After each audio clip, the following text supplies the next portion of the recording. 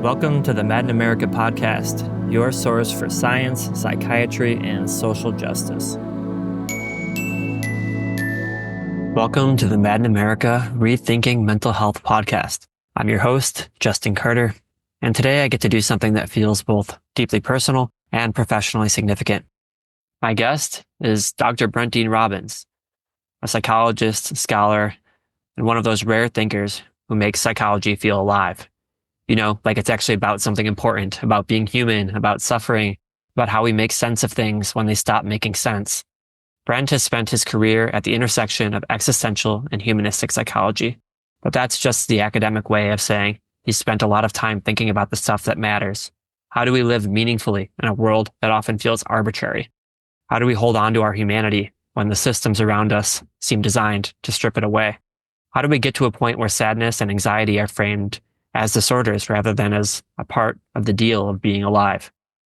In part one of this conversation, we'll talk about Brent's early influences, how he first found his way to phenomenology and humanistic psychology, how he became a leading voice in pushing back against the over-medicalization of human experience. We'll talk about his work on diagnostic reform, his critiques of the DSM, and his belief that we should be diagnosing systems, not people. And then, in part two, we get even deeper. We talk about his book, The Medicalized Body and Anesthetic Culture, his reflections on mortality, and what it means to stare uncertainty straight in the face without turning away. So, if you've ever felt that modern mental health care is missing something, some deeper acknowledgement of what it actually means to be human, you're in the right place. Let's get into it. As we settle in for part one of this interview, let me give Brent a little bit more of a formal introduction, outlining his academic roles and writing. Because this is a two-part conversation, I want to set up the whole of our discussion. So let me give a little bit longer of an introduction than usual. Let me fill you in on his background. Brent is one of those rare thinkers who can make you feel that psychology isn't just a collection of theories and data, but something alive, full of questions that matter. He's a professor of psychology and the director of the PsyD in clinical psychology program at Point Park University, where he's helped create what just might be one of the most distinctive training programs in the country. He earned his PhD in clinical psychology from Duquesne University, home to some of the most beautifully dense phenomenological work you'll ever try to read twice, and is a licensed psychologist in Pennsylvania.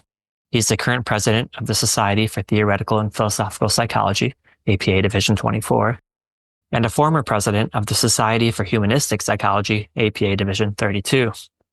He co-founded and serves as editor-in-chief of Janishead, an interdisciplinary journal that's not afraid to publish articles that make you rethink not just the field, but maybe even your Tuesday.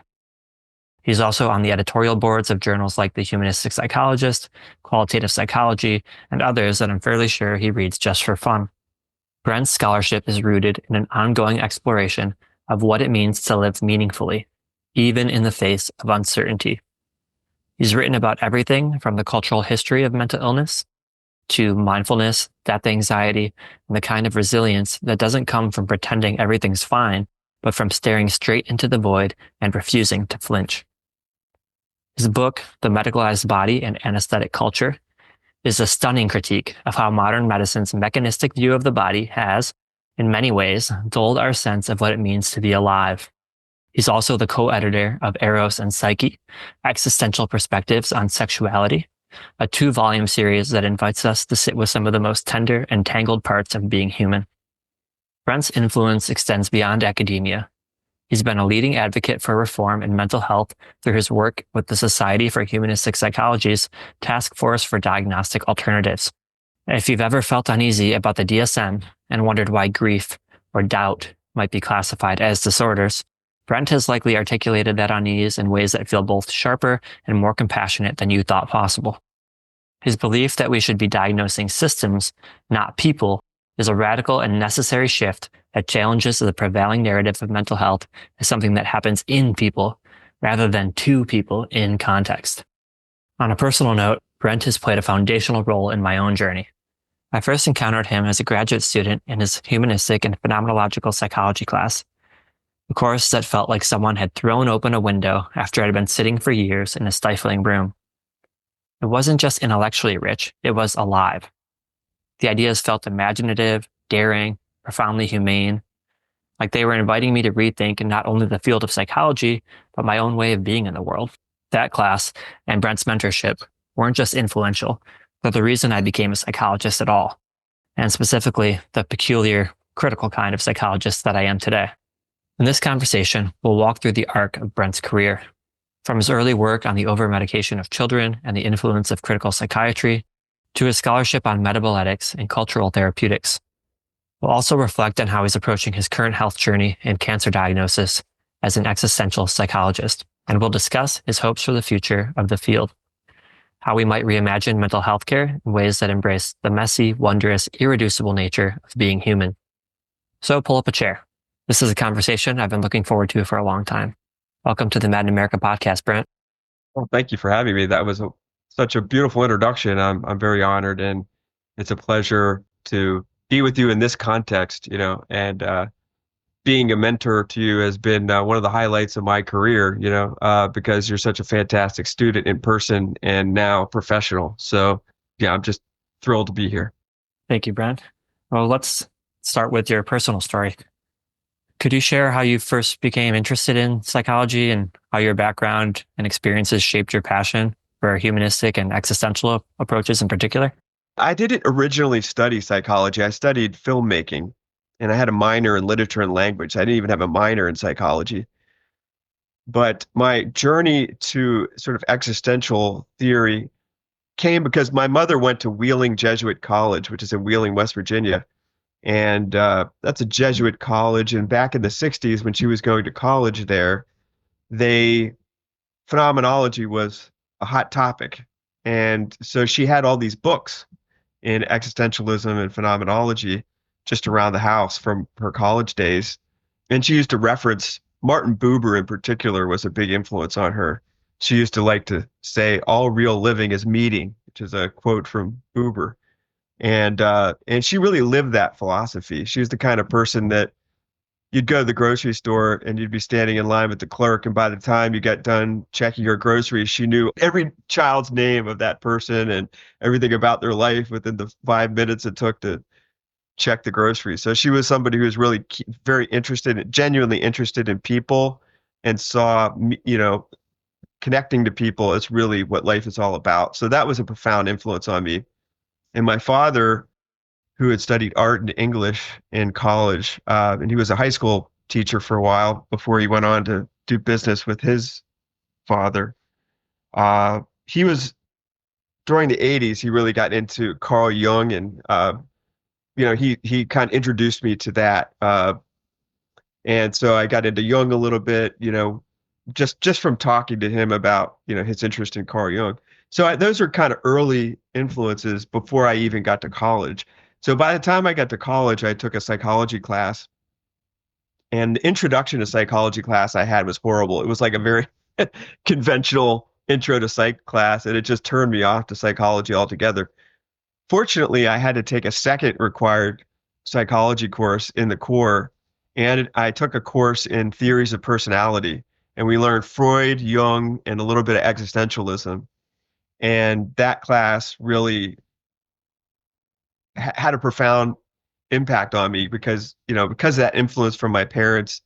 All of that was in sort of the background of my awareness and sort of part of my upbringing. So when I finally had a chance to systematically study it and to read Freud and read Jung and read some of the existentialists and see how it was applied in psychology, I was like, okay, this is a psychology I could get with. So I didn't switch to psychology at that point, but I was interested in maybe taking those ideas into the world of filmmaking. But by the time I got done with my undergraduate years, I was kind of done with filmmaking, and I was working at that time at a job with people with head injury in a rehabilitation facility. I was working in residential, but I really became very fascinated with the brain and how these head injuries profoundly affected the lives of these people that I was working with. And I also really enjoyed working with these people at a very interpersonal level. And I thought I was pretty good at it. And so I thought, maybe I should just go back and get my psychology degree. So I started to go back and get classes in psychology. And again, most of the classes I had were very mainstream psychology, and I thought they were pretty boring, to be honest with you, and a bit shallow. And I was missing the substance of the kind of stuff that I was learning in that theories of personality class. So I started to just study that stuff on my own independently outside of class and maybe bringing it into some of my papers that I was writing. And I started looking for a graduate school that had that orientation. And when I eventually found out it was Duquesne University was the only, doctoral program in clinical psychology in the country that had an existential phenomenological orientation, that completely blew me away because it's literally 10 minutes from the house I grew up in. Coming home. Yeah. Yeah, so I was literally coming home and I thought, okay, well, that makes sense why maybe I was so drawn to this because it's literally my backyard. So I came back to Pittsburgh, back home. And by then I had met my wife. And then Duquesne was quite something. I got into Duquesne. I got an assistantship where I was working in the Simon Silverman Phenomenology Center, which is an archive they have in basically the basement of their library. And it's just full of books on phenomenology and existentialism. And I just felt like a kid in a candy store. And I was just read everything I could get my hands on and just I savored that whole program. Like some of my peers were just sort of weren't as into that stuff. They were just looking to get their degree. I just sucked the marrow out of that program. I wanted to get everything I could out of it, and I enjoyed it so much. And it was just profoundly transformative in a way that almost felt like a kind of like a religious conversion because phenomenology has that kind of effect. It just changes how you see things in a very profound, fundamental way, and in a way that I found to be personally therapeutic. That it made my life better and more profound and meaningful and more alive. So that set me on my way. We're going to come back to the phenomenology and theory, but I'm interested to ask about the connection to sort of critical psychiatry, because there isn't often that leap made from philosophical psychology to critiques of the pharmaceutical industry and medicalization. And one of your first co-edited books was Drugging Our Children. So I'm interested to know kind of how you moved into that world of critical psychiatry early on in your career. When I was in St. Louis in undergrad, I went to a place called Webster University. I had a group of friends, that were kind of deadheads. They were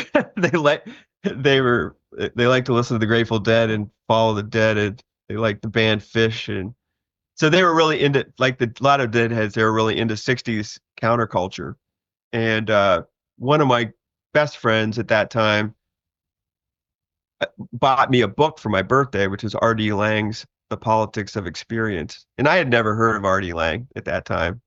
And I think my friend was into him because he was sort of a figurehead in the counterculture movement. So I just thought, oh, well, thanks. I thought it was very kind of him to get me a gift. I didn't think much of it. I think I set it on my shelf and I didn't pay much attention to it until probably months later.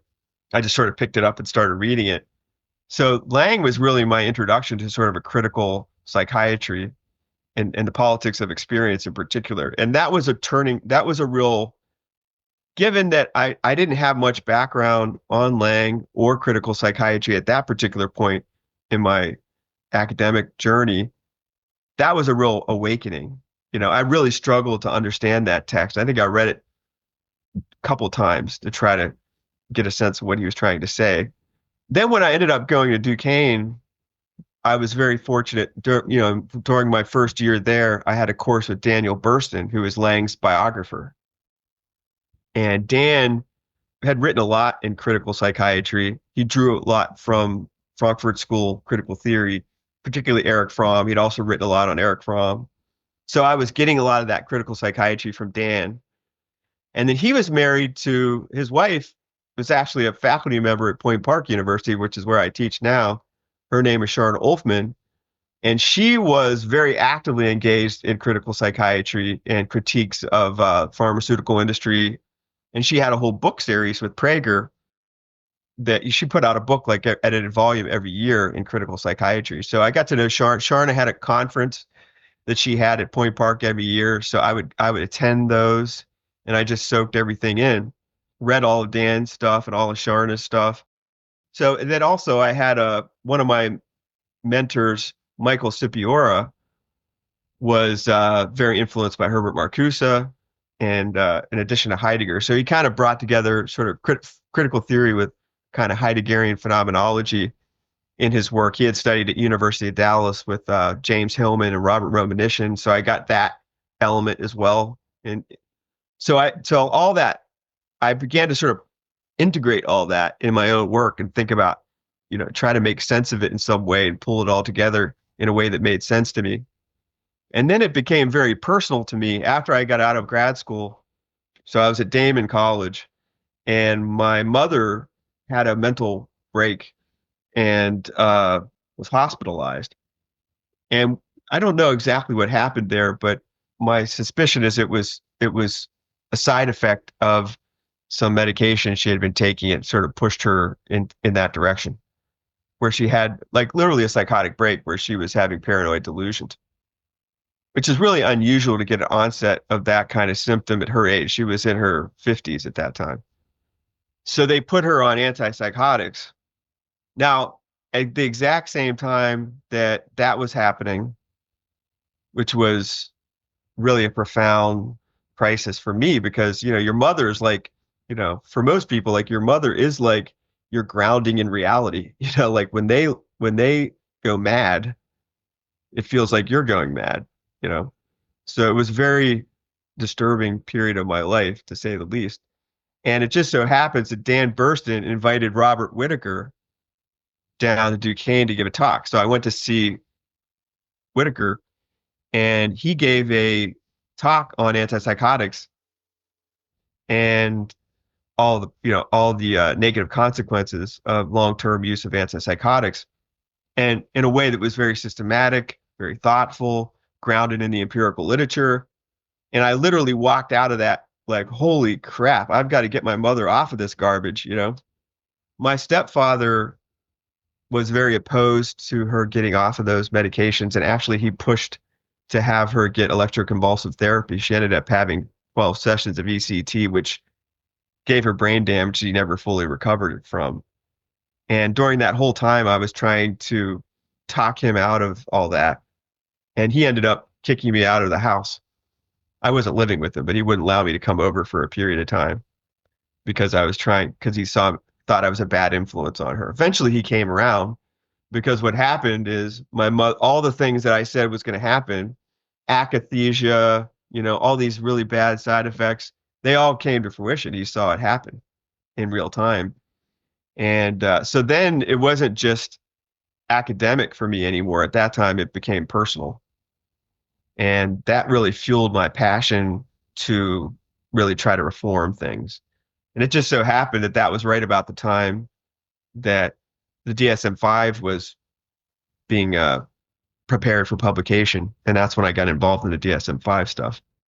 Yeah, you've been a leader in pushing for diagnostic reform, starting really with the pushback against the DSM-5 through the Society for Humanistic Psychology's task force on diagnostic alternatives. Could you tell us a little bit more about the origins of that task force and the role you played in resisting the DSM's dominance in our mental health care system? Yeah, I mean, the story was, it was serendipitous. Like the timing was just perfect in a way. I was just coming into my role on the board of the Society for Humanistic Psychology. I think at that time I was secretary, and David Elkins was president, and the incoming president was Lewis Hoffman, who was a good friend of mine and also Dave's. And then I was sort of slated to be the person who had become president after Lewis. So we had a kind of a presidential trio there, all of whom were on board with this project. But the idea, it was when we were in San Diego at the American Psychological Association's convention, and I had just read a statement by the British Psychological Association that just eviscerated eviscerated the DSM-5. It was written by Peter Kinderman, who since we became allies with, and I consider a good friend. But at the time, I had no idea who Peter Kinderman was. he was president of APA, and he led this full frontal attack on the DSM-5 from the British Psychological Association. So I was astounded that the British Psychological Association was taking the stand against the DSM-5 and really taking it to task. And so I went to Dave Elkins and I said, why are, like, have you seen what BPS is saying about the DSM-5? Why aren't we doing something, here in the States?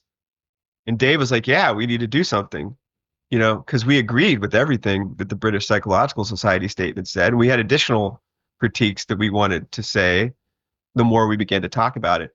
And it just so happens that at that time, Sarah Kamens, who now has her doctorate and is editor of the Journal of Humanistic Psychology, back then she was a student. She had just finished her master's degree, and she did her master's thesis on the development of the DSM-5. So she had this profound depth of understanding of the whole process that was beyond anything that Dave and I had at that time, because we hadn't followed it nearly as closely as Sarah had. So it ended up the three of us. Dave basically created a task force, which initially was the three of us, and then that expanded to include other people like Donna Rockwell and Jonathan Raskin and Frank Farley, who's a former president of APA. And as we began to put this statement together, that pointed out the problems with the DSM-5, and there was a lot of them. You can go read it. It's still on the internet, by the way. It's still the open letter to the DSM. If you Google that, you'll see it. It's not a very long letter, but it really, in a very succinct way, lays out all of the problems with the DSM-5. And I'll just summarize it. I think the primary critique, well, there's two things really I think that are a primary critique. One is the shift in language towards a more biological and reductive kind of language, even as compared to prior DSM. So that was a concern. But the other was a sort of loosening of the criteria for disorders in such a way that they would lead to a mass expansion in the number of people that would qualify for various diagnoses in ways that we found problematic, because it began to lose any kind of meaningful distinction between somebody who was, had a clinical problem and somebody who was just dealing with everyday sort of existential concerns. So those are the two major points. But there's quite a number of points that we're making there. But I think that's the gist of it. And when we were just going to send it to the American Psychiatric Association, there was an email where you could send them feedback on the DSM-5, and we thought, well, we're going to do that, but it's just going to go into a black hole basically, and nobody's probably going to read it. So I said, why don't we do an open letter, and then we can post it on the internet, and maybe we can post it on a petition site. So if people agree with our statement, they could sign on to it. And Dave and Sarah agreed to that. The board, Division 32 board, was approved it, and we went and put it on a site where you could, for activists who want to solicit signatures for their petitions. And the surprising thing was we ended up getting, I think, close to 20,000 signatures from professional psychologists and psychiatrists and social workers. But even more profoundly, we got the endorsement of the majority of the divisions of the American Psychological Association ended up signing on to it. And the British Psychological Society and a number of other international psychological societies joined in on it. And dozens of other organizations jumped on it. So we got all this support, and then it kind of took off, partly because it got promoted by Alan Francis, who was the editor of the DSM-4, and he was deeply troubled by the DSM-5 and had begun, basically a Twitter war, against the DSM-5, and he started promoting this open letter, and that had a big impact. Not only did it get us a lot of signatures and a lot of buy-in from organizations, it got us news coverage. So I ended up on the front page of the Pittsburgh Post-Gazette with an interview that I did for them which I thought was amusing because the chair of the DSM-5 was at University of Pittsburgh, just up the street from us, and he would open the newspaper, and on the front page was a critique of the DSM-5 right in the Pittsburgh Post-Gazette. Yeah, but so San Francisco Chronicle, Nature, I mean, it was just all these different publications picked up on the Washington Post, I think, did a story on it. So all of a sudden, it was like this kind of viral story that sort of took its turn through the media machine for a period of time, and that really drove the signatures significantly as well. Of course, the DSM-5 ended up getting published anyway, so our group didn't disband at that point. We weren't surprised by that. In fact, Peter Kinderman and I talked about what is our goal? What do we want to accomplish here? And ultimately, we decided that we knew the APA wasn't going to change based on what we were saying. We think they had too much of a financial interest in the direction they were going, in my opinion. And I think Peter would agree. What we wanted to accomplish was that when the DSM-5 was officially published, the headlines would be, not the Bible of the American Psychiatric Association, the Bible of psychiatry, which is how people would talk about the DSM all the time. That the headlines would say the controversial manual of the American Psychiatric Association. So we wanted the tone to change, where there was a recognition that there was not a consensus around this and it was controversial. And when it was eventually published, that's exactly what happened. All the headlines were, controversial manual published by APA.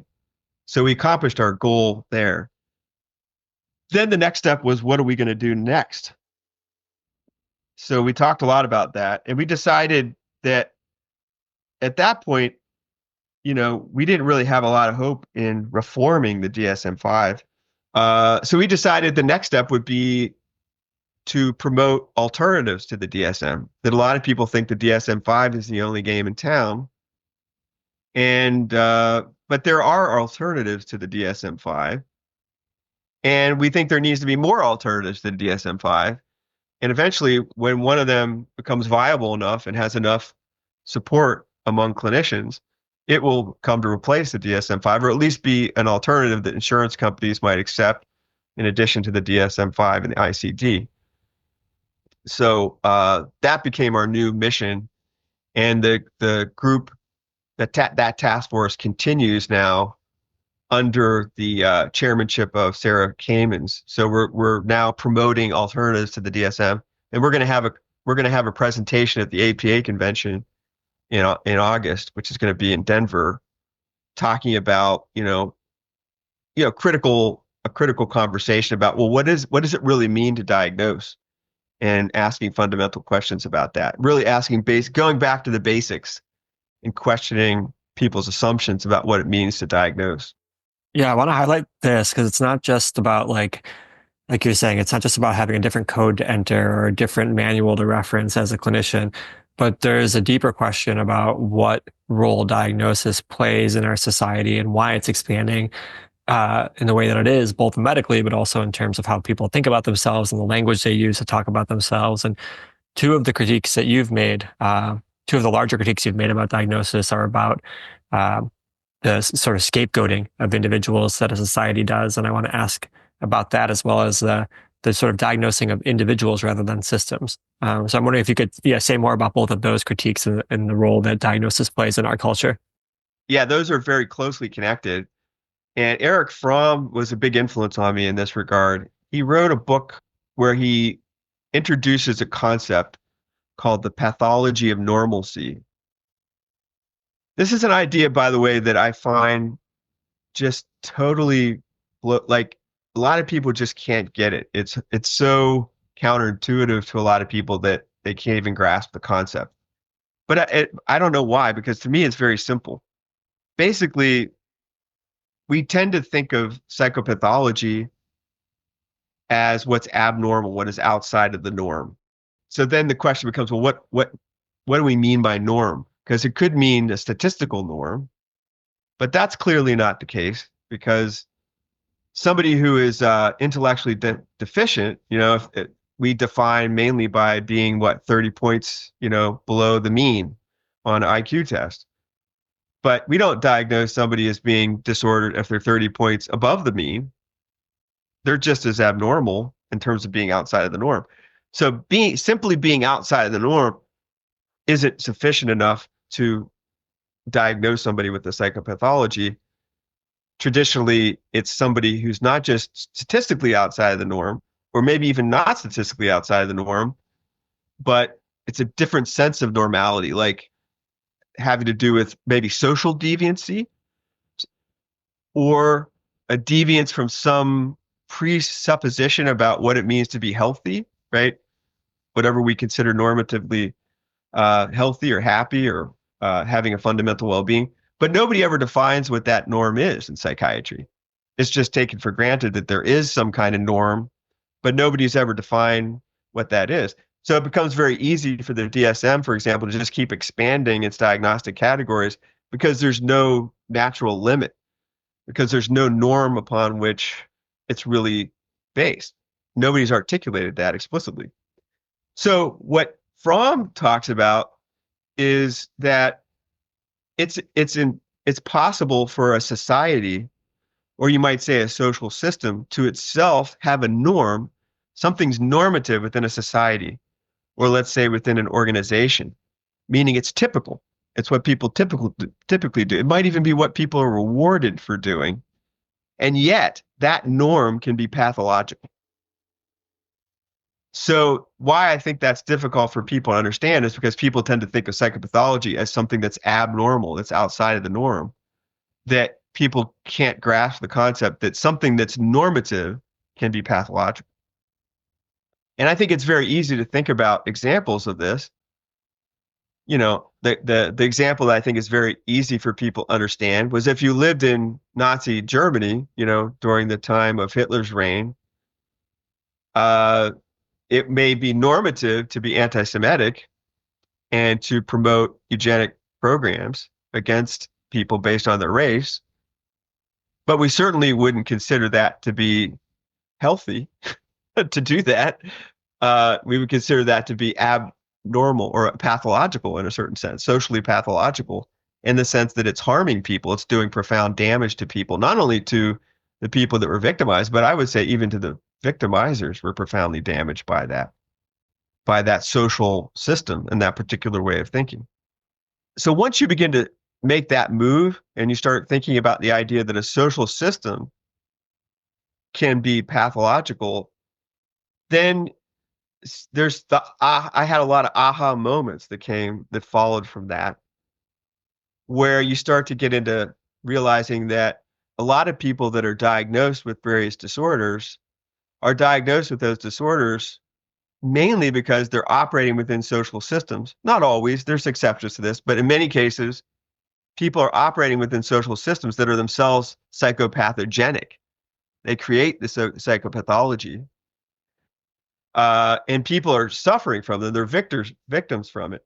But rather than change the social system, we label the individual and we attempt to treat the individual in such a way that ends up justifying or validating the social system as what's normative, and we try to adjust the person back to the very system that made them sick in the first place.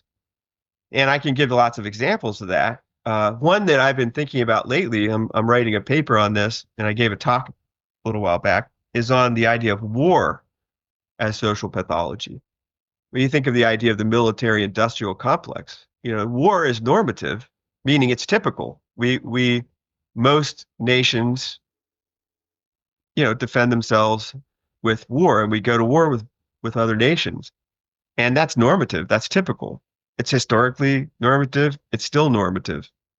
And yet, can we think of any social reality that is more harmful to people than war? Post-traumatic stress disorder. I mean, death, obviously, an injury, physical injury, is clearly the case for mass numbers of people in the case of war. But post-traumatic stress disorder for those who survive is the norm.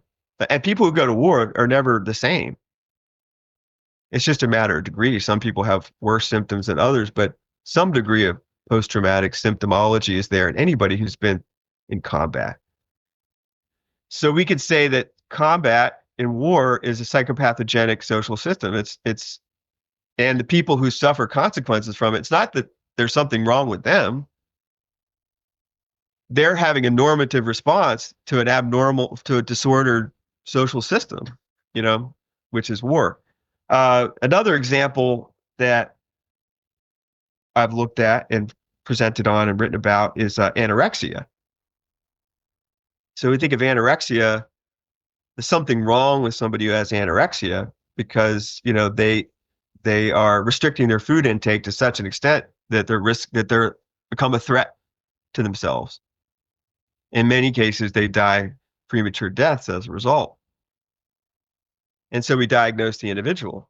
But yet, we know the research is very clear on this, that one of the driving forces for the development of eating disorders is a normative view within Western cultures in particular, but it's also influencing non-Western cultures within the past several decades, is what's called the thin ideal. This idea that women are more attractive if they're thin.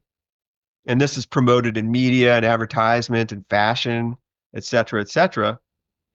And women who are pursuing the thin ideal, if they do that very successfully, if they're, as Renee Girard will say, if they're very faithful citizens, they will pursue that to such an extent that they'll be so thin that they will become a detriment to their own health and well-being. But what we tend to do is label that person as disordered rather than seeing that actually what they're doing is following a normative standard to its logical conclusion that's ingrained in our socially normative understanding of what it means to be an attractive female. So we could look at that and say objectifying women through a thin ideal is pathological and work to change that. But what we tend to do instead is pathologize the victims, the women who are victims of that, and say that they have a psychological disorder. This picks up on like one of the threads that cuts through a lot of your work is this. It's sort of existential and psychoanalytic in the sense it points to our social defense mechanisms that we so badly don't want to see reflected back to us, our own pathology, or that we contribute to, or that we subscribe to, at least to some extent, when there are more extreme cases, shining a light on what makes us so uncomfortable about our own beliefs and our own participation in our society, that there's something that othering is sort of a defense mechanism to that implication. I mean, Frankfurt School critical theorists were very influential. They sort of brought together Marx and Freud. So there is an idea of the unconscious that's sort of overlaps with, the sort of Marxist idea of like false consciousness, where we can come to accept things that are socially normative, even when they're harmful to us. And I don't know if Marx adequately explains this. I find Ernest Becker to give a much more satisfying answer personally to this problem. That culture, from Ernest Becker's perspective, culture gives us meaning. And without that cultural meaning, we wouldn't be able to pursue what Becker calls a hero project. We wouldn't be able to pursue some project that gives us a sense that we're worthy, that we're good people, and therefore we're able to have meaningful life because we can pursue goals and values that are given to us by society, by which we can then measure ourselves and other people and evaluate whether we're successful or not. And for Becker, in the absence of that, we can't develop a healthy sense of self-esteem or, follow any kind of social pattern. And without that, we have no protection against death anxiety. That's the key for Becker, is underneath everything, we're faced with, the omnipresent awareness of our existential situation, which is that we're going to die, and we can do that at any moment. And culture gives us a framework to make sense of that. In the absence of culture, it's difficult to come to terms with that. So So I think that people are terrified of questioning the social structures which give their life meaning because, well, what's the alternative? The alternative is potentially maybe nihilism or a sense of meaninglessness or what sociologists call anomie. That's frightening. That's legitimately terrifying. So I think in my opinion, we're not going to be able to solve these social problems until we come to terms with our mortality. Some of your recent work on metabletics links up this idea that the sort of structure of society, the meaning system that the culture provides, is not consistent throughout time, and that noticing and across cultures, and so noticing the differences in how culture sets a horizon in terms of how we make meaning of our lives and make meaning of events and other people and relationships can reveal a lot about the society. Allows us to kind of see the limits and the edges that are put on our thinking by our current historical moment. And it links up phenomenology with this sort of existential Ernest Becker sort of approach to death anxiety. So I'm wondering, could you say more about metabletics and how you see that linking up to the work that you're doing here? So yeah, metabletics, I'll give you a little bit of a background on metabletics, which is, it has its roots in a Dutch psychiatrist and phenomenologist by the name of Jan Hendrik van den Berg. And van den Berg, who was also a critical psychiatrist in his day, drawing upon phenomenology as a source, as a basis for that critique of psychiatry. His most famous book on critical psychiatry is A Different Existence. But his work on metabletics was what he spent most of his time writing about in his career.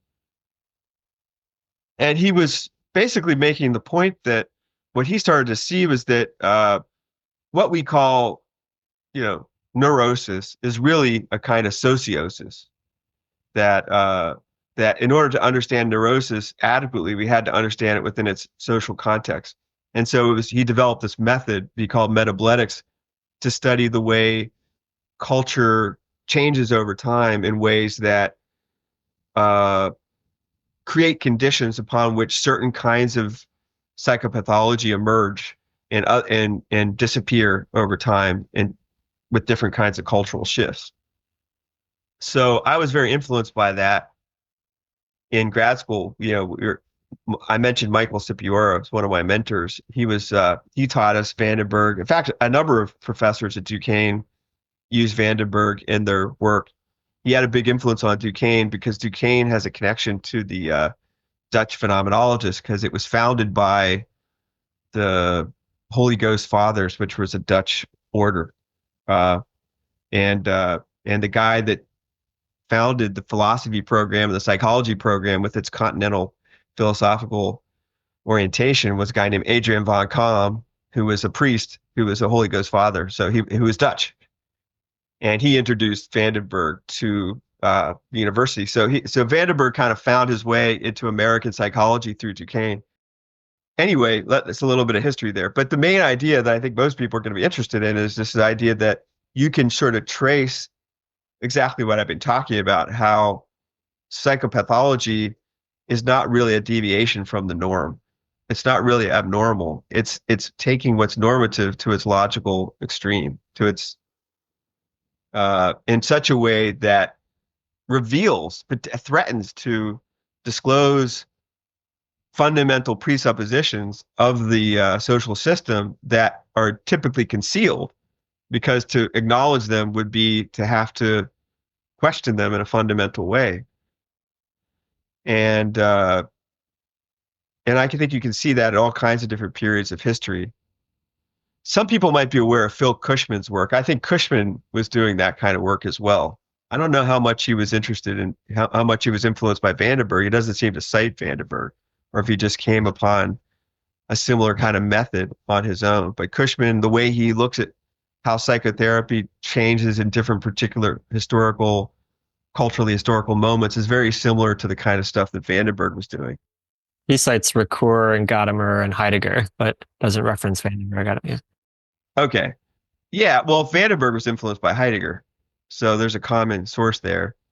And he was a contemporary of Foucault. So, but he acknowledged later in his work, later on that Foucault was doing what he considered to be metabletics. In his sort of genealogical or archaeological approach. Right. That it was very consistent with what Vandenberg was doing. There's differences between Foucault and Vandenberg, but I think the spirit of what they're doing is very similar. And Vandenberg sort of focuses on the method, like how you might go about doing this, rather than what's just disclosed or revealed. Exactly. Yeah, he lays out this method that he calls metabletics, which metabletics just means theory of changes. This idea that, society changes, and when culture changes, what it means to be a person changes. And when what it means to be a person changes, the philosophical anthropology that that's implicit within a culture, the way it understands what it means to be a person, drives our understanding what's normative and what's abnormal, and things like that. So it's always within a social cultural system. So to give some illustrations of this, I know this is probably pretty abstract at the level that we're talking about it. I mean, I mentioned a few examples of war and, the thin ideal, but you can trace this back to the origins of biological psychiatry, in the 1840s in France.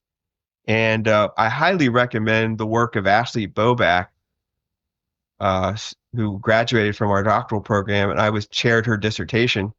And she traces the origins of biological reductive sort of approaches to basically the medical model in psychiatry to 1840s in France. And without getting into all the names and characters and dates, I'll just tell you very generally that what ultimately happens is in the beginning, you're talking about 1840s France, which was a time post revolution, after the terror.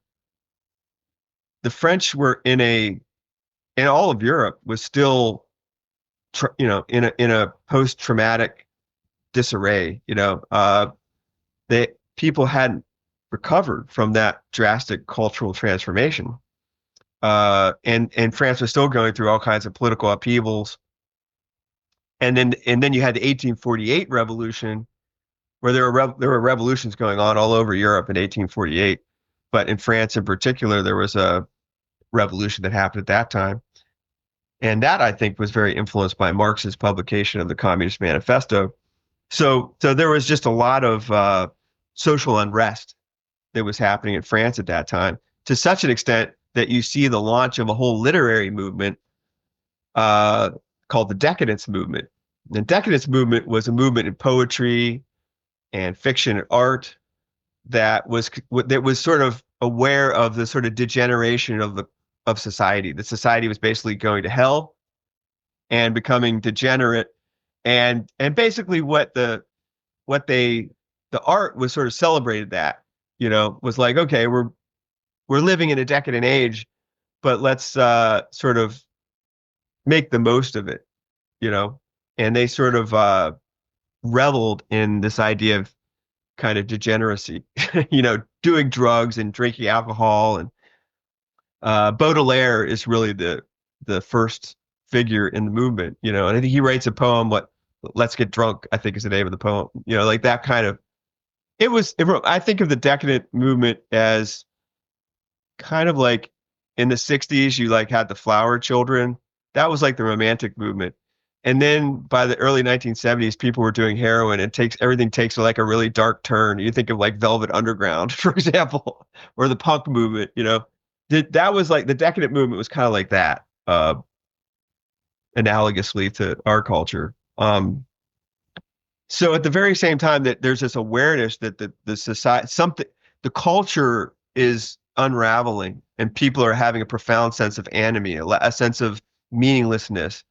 The culture isn't providing people with a sense of meaning in life.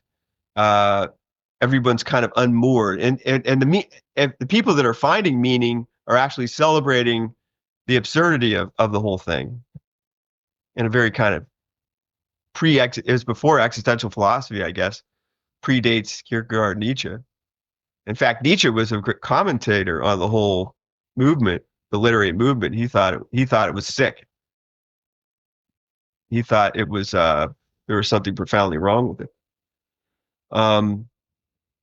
So at the same time, all that's happening, you have psychiatrists suggesting that what's happening in the culture is because the society is degenerating and families are falling apart, that the children are becoming addicted to drugs and alcohol, or they're suffering all kinds of psychological disorders because the society is disordered.